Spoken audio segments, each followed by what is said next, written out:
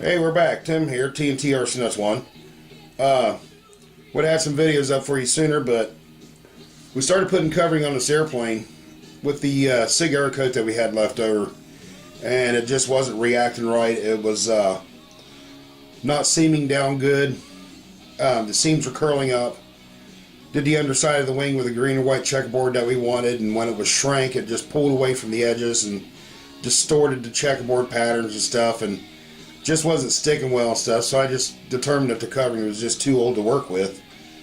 But went ahead and we changed our color scheme. We're going with a royal blue and a white monocoat. But what I've done in the meantime is I've already taken like the elevators, like this one right here. This is the left elevator. It's already covered in white on top, the royal blue on the bottom. This is ready to be put back on the airplane. Rudder, both sides done. The left aileron we have completely done. And as you see sitting in front of me, I got part of the right aileron. Now, one of the questions, I shouldn't say questions, but one of the things I'm going to show you is on here in the rudder, I got this covering down nice and tight. There's no distortion in the framework. There's none of the framework even showing in the covering. Now, and there's a reason there's no covering showing the framework. What I do, if you haven't seen my video on patching and repairing, I used a Great Plains stick 40 ultra stick, and on that video when I was repairing the underside of the stabilizer, which has a framework similar to this, I showed you how I drill a hole through each one of these sticks that goes through the framework. All you need to do is just drill like a 16th to an 1/8 inch hole through your framework and make sure one exits outside of the end. Now, I chose to go to the wingtip because on the inboard side here where fuel might be getting to it, I don't want fuel getting up in that. Which, yeah, I know it seems like a minute spot, but if you can keep the oil out of any place, you're better off. But with that being said, I'll go ahead and show you the covering process and to get this stretched down. The next few videos are going to be kind of lengthy, a little bit more in detail because I'm into some more of the stuff that I like to do is get the covering done, and I'd like to be very informative on that. But the bottom's already covered in the royal blue. I have not shrunk this covering yet. You can see in the video that it's still quite wrinkled and everything. It has not been shrunk, but it's sealed all around the edges. But what we're going to do now is we're going to get our covering. I got the white here, cut and marked. You can see right there where I mark it on the backing for aileron, AIL. Let me give you a note on this while I peel this backing off. When I cut my stock out for ailerons such as this, where you have one side wider than the other, I never try to measure my stock for the wider end, then down to the narrow end, and then try to cut the stock that way. I always just measure my widest end and cut out a piece of square stock no matter what excess I have down at the other end. And the reason I do that is because when you go to use your roll, let me get the white out here and show you. Here's the roll of white that we cut everything off of. This especially, let me see if I can get that up in the camera for you. This right here especially, you can see that this end is left square. So you're not dealing with a knobball shaped piece of covering, so you have to do patches and repairs. You always have some sort of square stock to work off of. I do the same for the fuselage sides, wings, whatever. But anyway, with that being said, our covering is peeled. Let me get off of my big butt here. And you always want to make sure your surface is clean. I keep this handy. Just keep your little bench brush, paintbrush, or something so you can always dust that surface off. Keep that dust from underneath that framework. And the reason I like that is because you don't want to put your covering on and find something under the covering that sticks up and looks ugly. So the cleaner you keep your work surface, the one thing it adds to a better result in your covering. Now, got my covering peeled. I got the backing side, the glue side laid up this way. I'm going to turn that aileron on it and see where I have to position it. Now, it's difficult to grab things off this rubber mat, but what I'm going to do is just grab it and give it a good pinch so it doesn't move. Get it turned over, and then my material's laid on there right where I want it. Now what you're going to do, we're going to start at this end. Let me back this thing up just a little bit so you can see it. We're going to start right here on one end. You're going to leave your overhang. Make sure you got enough to go down completely over that stick. And you're going to start on the very end. I like to kind of like take my fingers and pinch the covering and pull at the same time. And we're just going to put a tack on there. That's it. Iron's already set and everything, so. Then once that's got a tack on it, I'm going to come down to this end. I'm going to not pull real hard, but I'm going to pull just enough to give it a little tension. I'm going to come down here and do the same thing, put a tack. And that just sums it up right there. Now, you'll see people on their covering videos, they say you got to work from the middle and work your way out. I never do. What I do is I start on this end. Since I'm a right-handed person, I'll take that covering and kind of pre-stretch it with my fingers and then put a tack there, put a tack there. Move a little bit and do the same thing. Just put a tack with the toe of the iron and the heel of the iron. Just tack them. Now every now and then as you go down, you want to check to make sure this ain't going where you don't want it. But you're just going to do that all in the same shot. So, just run it on down just like that. Because this is just to hold the covering to start with. Let me get in a little bit of a tin style here. A little bit there, a little bit there. Now, all the way down through the framework, we got our covering down. It's not going to go anywhere. So, we're immediately going to go ahead and turn this thing and start trimming. But the only thing we're going to trim right now is we're going to do what I call cropping the corners.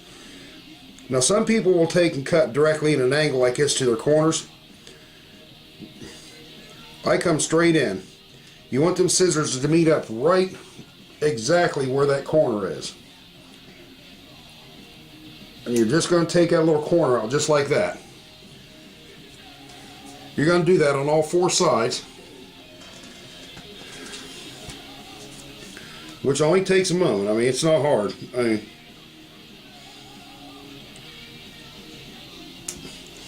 we're going to take that out.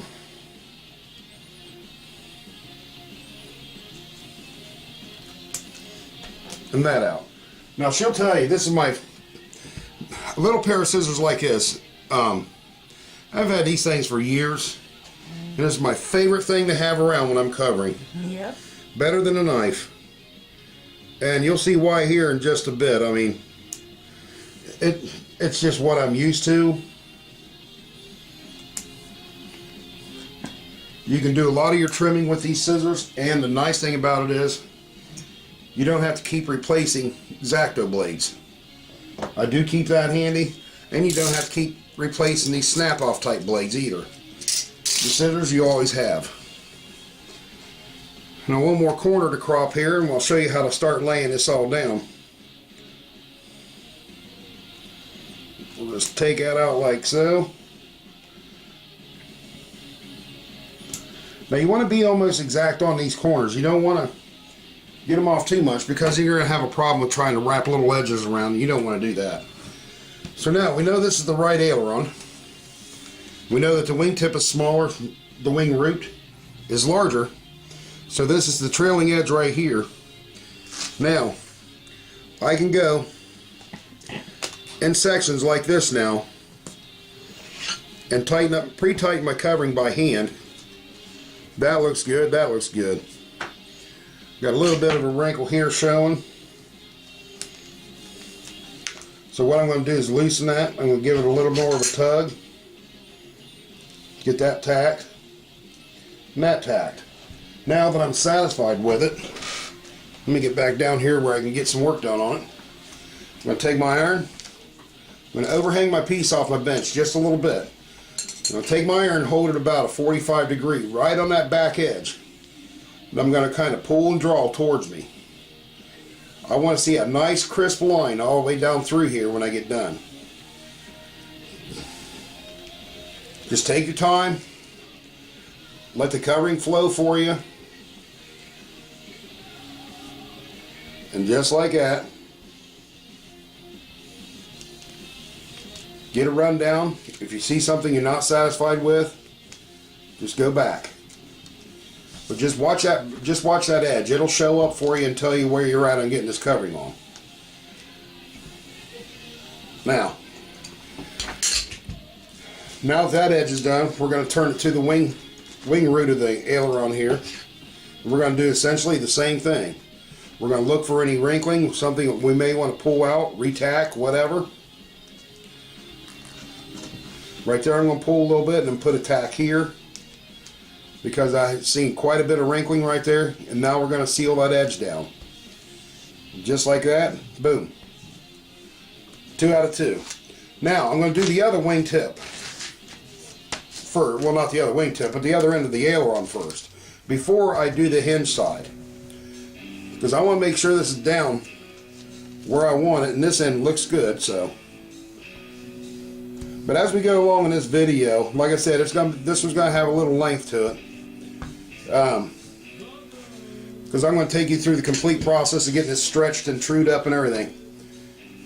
If it ends up being too long, then I will split it up, but I'm going to try not to get it to that point. Now that you have all your edges determined on your 3 sides, now you can go ahead and work on your front. Now this edge right here I'm working on is on the hinge side. Now that has a bevel on it. There's a reason I didn't do that first, because you don't want to get the bevel iron down before anything else, because if you want to pull that up, and then again, same process.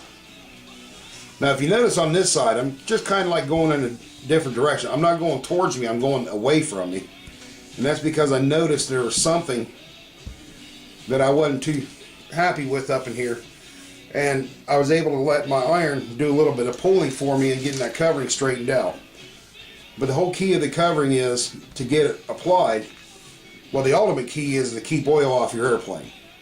That's the primary use of covering. There's no other use for it. The collaring that's on the covering and everything else is all there to make it look pretty. But an airplane is not going to last if you do not keep the oil out. So if this covering was all completely clear, you'd do it in the same process. You don't want any wood showing. You want good seals and stuff on it, so you keep the oil off of the airplane. Now, we got that leading edge down. Now we're going to find that bevel for the hinges, which is right on this front side here. And now we're going to go down even further. We're going to find that second. And the way I like to do that is I start where I up here, iron back and forth, and at the same time I'm rolling my iron under. Just work back and forth in small sections. Take your time. It doesn't have to be done today. Once you find that edge, then all this is ironed and sealed down. Now I'll just go ahead and do a little bit of my style of covering. Do it the way I work, all the time. Let you see how the process is done my way. But if you notice, I'm staying in the same format that I've shown you guys a good way to do this. Now if you find a better way, then that's what you should do. Do what's easiest for you, but the processes are laid out for a reason, and that's because number one, you want a quality looking product, and number two, you don't want a lot of nasty looking edges or anything like that. Now that I have that 45 all ironed on, I'm going back with my iron straight 90 degrees to that front edge and kind of pulling down away. I'm pulling down and away like this with my iron to keep that edge showing up. That way we can trim that thing off. So just like that, down and away. Hold that thing 90 and find that edge. Alright, now that edge is all completely ironed. I'm going to take my aileron now, I'm going to get that covering. I don't want it folded under, I want it laying up here on the bench. I'm going to roll back, just like that, to start a fold in it. Turn it upside down, and now I'm going to run my hand across it pull down on that white covering and get me a nice crisp fold line in there. What I'm doing is back folding the covering so I can trim it off. Just like that. Now, that's going to leave you a nice crisp edge right down through here. Let me show you that. I know you probably can't see it. Now you got a nice crisp line all the way down through there and folded. Now I'm just going to take my scissors and I'm going to just run it down. Just like this. Just let them scissors cut that nice and trim. And there you go. Nice and trimmed off. Just the way I'm used to doing it. If you want to use a knife, then that, then by all means you do that. Now you do the 90-degree thing again. Come down at 90 degrees, because you will see that line. Let me stop right there and show you on the aileron what I'm talking about if I can. I know my camera's not the greatest, but you'll see the covering is just stuck up right here, and that's from where you folded it. And now I'm getting that fold to come back out by running at 90 again. And getting ready to seal that thing completely off. Now that we have the 90 completely in, we're going to turn the aileron over and we're just going to come up just like this. Let me adjust this camera a little bit. I didn't realize you couldn't see too well. But now I've got the aileron turned up. I'm going to come up from the top side to the bottom. I'm going to come up with it.